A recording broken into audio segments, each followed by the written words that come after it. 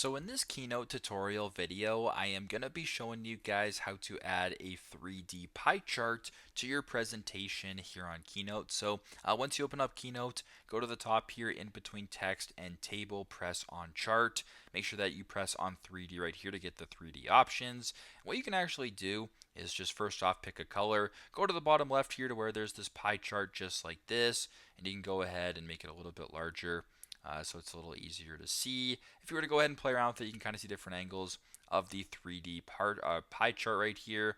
You can also verify by going to the bottom right, so press on the chart, go to the bottom right to where it says chart type, and make sure that 3D pie is the one that is selected. So very simple, very straightforward. That is how to add a 3D pie chart to your Keynote presentation.